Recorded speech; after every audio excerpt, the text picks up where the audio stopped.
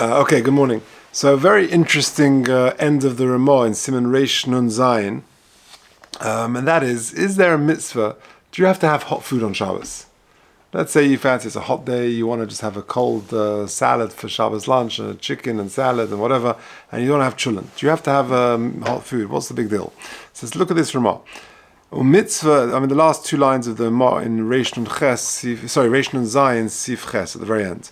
Mitzvah lahatzmin l'Shabbos kadei sheyochel chamin b'Shabbos. It's a mitzvah to insulate the food in order that you're going to have hot food on Shabbos. Kizeu mikavod va'onek Shabbos. V'chol mi she'ena ma'amin b'divrei chachamim va'oisa achilas chamin b'Shabbos. Anyone who prohibits eating hot food on Shabbos, chashinan shema apikoresu. We're worried that maybe the person is a Suduki and it's an apikoros, etc. So let's take a look.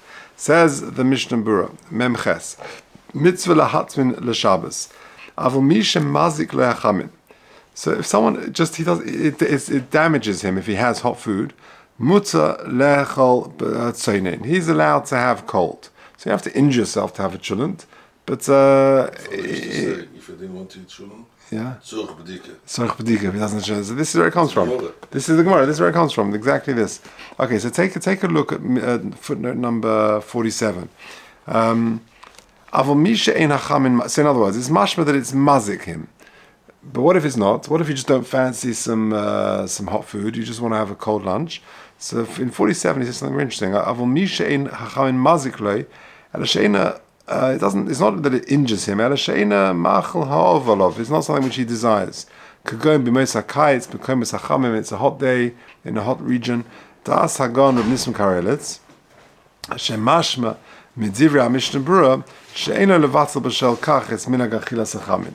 words, just because it's hot and you don't fancy, that's not really good enough. You should still have a bit of hot food. You don't have to have 2 bowls of chulent. You can have a few spoons. But there is something there to have something which is hot. Okay. V'cholmi, memtes. V'cholmi. Uv'yomeinu, ba'avonuseinu harabim, motzu kilkul godel al yidei, elu, sheporshin atzmam b'shot nefesh, mitzvah achilas chamim b'Shabbos. He says, aside from anything else, the importance of eating hot food on Shabbos, that's actually, it could produce a kilkul, it could produce a violation in halacha. Sheboyin l'besoif al yidei zeh l'dei issa. How so? Because they're a bit flippant about it and they haven't organized it beforehand, and they'll instruct a non-Jewish person to warm up food on Shabbos. And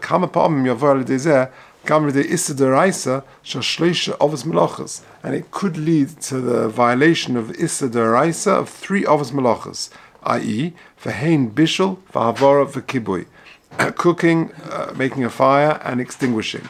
Shema'amidin es hakli im alehatei. They put the kli with the tea leaves al hamulyar, which is b'shenenu samovar, which is the sort of the kettle, the urn or something. B'shosh kecholim baris, when they've still got the coals which are burning. Sahari bishul. So then you're cooking the tea leaves. B'chol pam k'shenotin es hakli me'olov machzir achakach hu over al mavir mechaber, and removing it when you've got coals there. You've got problems of maver and mechaber, of burning and kindling and extinguishing the flames. Because every time you put it down, it sort of extinguishes a bit, and then you take it away, it kindles it further. So you could be over 3 isurim. Who passes le'edus for the shvur min ha'Torah, and someone who does that on purpose is an invalid aid. And he can't make a shvur from the Torah. Or machris es nafshe me'eretz ha'chaim. And he could be chayv kares. Ki hi averish ha'chaim v'nele kares u'skila. That's a violation of Issa Shabbos, b'mezid. If it's without Eidim, then it's shaila of kares. If it's with Eidim, it's skila. V'al bal nefesh, v'chol bal nefesh lo yosem minhag Yisrael. And a bal nefesh shouldn't deviate from minhag Yisrael. Lahatzmin chamin shal Shabbos. And therefore, the minhag Yisrael is he should make sure that there's hot food on Shabbos. Like we've always done. For Shemem mitzvah, and if he shouldn't worry about that. And anyone who doesn't eat hot food,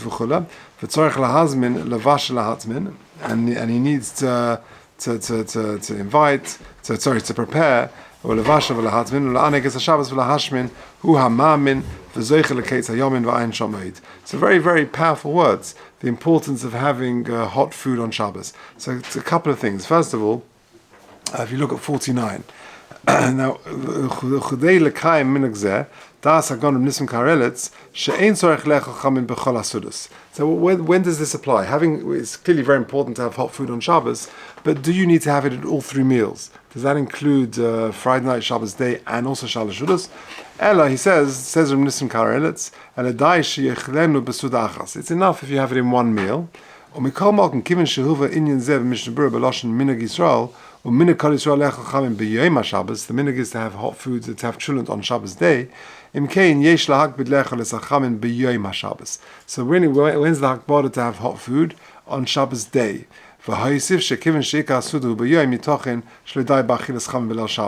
Which is interesting, because most people would have hot food on Friday night, but he's saying here that it's not really enough, and therefore the minhag Yisrael is to have on Shabbos day as well. No reference to Shalosh Sudos.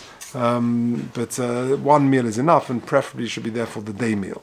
And then he says, what about if you have a hot drink? Say you want to have a cold lunch, and you want to have a lemon tea at the end. Have you ticked the box by having a hot drink? So he says something very interesting in footnote 50. He says, Shom Kosov, this is again from Nissim Karelitz, Shetzorich bedika achrov. Oh, imhumin, that's your lashon. You got to check if, yeah. Where does it all come from? Because the Sadukim, the Sadducees, they took Torah shebichsav literally, without the explanation of Torah Shebal Peh, and therefore they said, Lo svar eish b'chol mishvei seichem, you can't have fire and eish on Shabbos. V'das hagonim Nissim Karelitz shemikol malkom ikat hakon elech chamin ein rak ba'ofen hamotzes adam midei chashash saduki.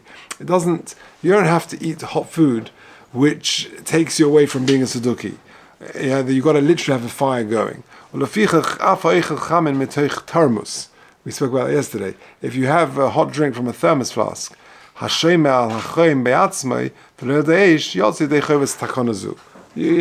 a hot drink, you fulfilled the requirements of having something hot. It's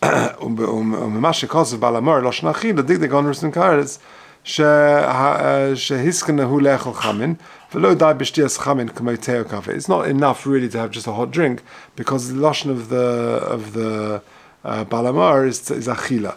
And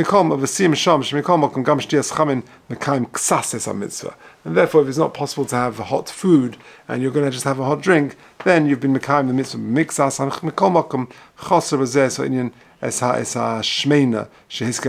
it should be fatty foods and things like that. So there is certainly a very strong imperative to have hot food. Now, let me read you a story. This is from Reb Shimon Finkelman, Shabbos stories. It's been around for a while, but it's worth, now we're talking about the importance of hot food and having chulent on Shabbos. I just reminded myself of this very interesting story. So bear with me a couple of minutes, because it's a great story. The phenomenal growth, this is he's got up based on according to Parshas. So this is the story relating to Parshas Bereshis. The phenomenal growth of Torah life in America in the Second World War is one of the greatest wonders of this long and difficult galus. One of the key figures in this miracle was the late Reb Simcha Wasserman, son of the great pre-war Torah giant Reb Chaim Wasserman. In the early 1950s, Torah life in California was just beginning to take root. Los Angeles had the yeshiva day school but no high school.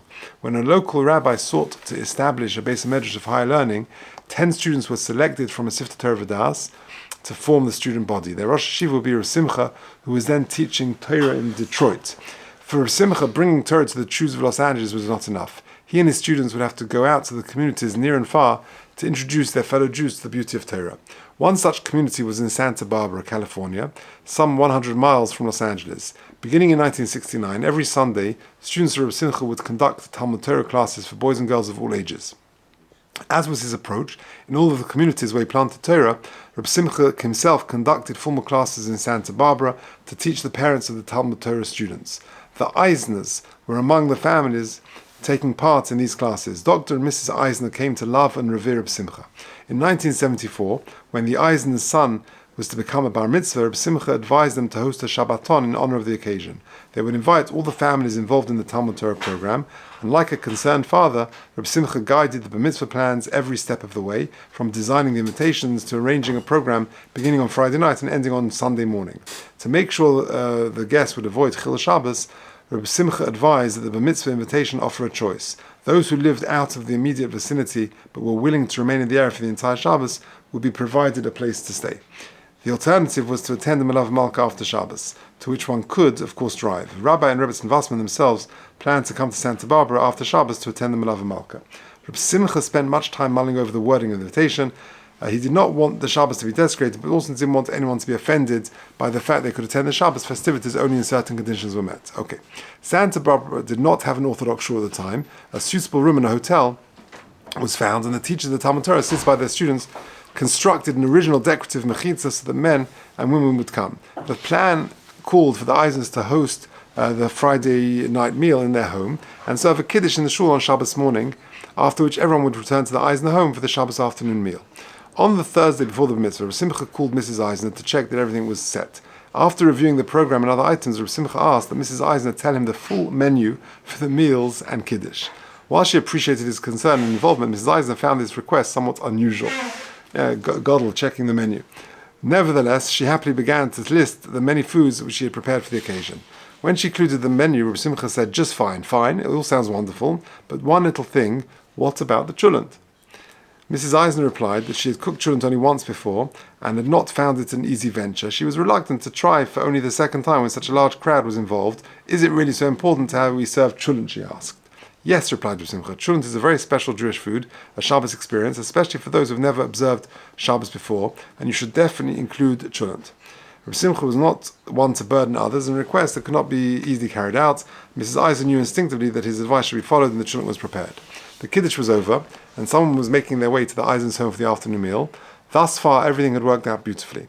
Even those guests whose relationship to mitzvah observance was limited at best were enjoying themselves thoroughly. Before the meal could begin, someone told Mrs. Eisner that a woman who had come for Shabbos had said that she was not feeling well and was returning home with her husband. The Eisners were more than a bit concerned about their friends. At the kiddush, the woman seemed fine. What had happened so suddenly? On Motzei Shabbos, the woman's husband called to apologize. He explained, when the Second World War had erupted, his wife was a little girl. She had spent the years in a concentration camp and had emerged physically intact but emotionally devastated. She had suffered a loss of memory. Over the years, she had been to many doctors to seek a remedy for her amnesia, but to no avail. When she had entered this Eisner's home on Shabbos afternoon, she was greeted by a strong smell, one which reminded her of something. Suddenly, she felt herself overcome by emotion because everything came back to her. She was sitting at the Shabbos table in her parents' home. The aroma of her mother's delicious cholent filled the air. Suddenly the front door was flung open. The Nazi soldiers burst in. They murdered her father and mother in front of her eyes, and they grabbed her by the hair, dragged her outside. This sudden flood of memories, which the cholent smell had awakened, had so shaken her that she had fled in a frenzy to the security of her home. At the Melav Malka, on that Motzei Shabbos, Mrs. Eisner related what had transpired to Reb Simcha, who responded, "It's not the first time I've heard a miracle connected with the Shabbos cholent, but not always is the hand of Hashem so clearly apparent." So you see the importance of having hot food. That's not quite what the Mishnah Berurah is talking about, but I thought I'd share this story with you.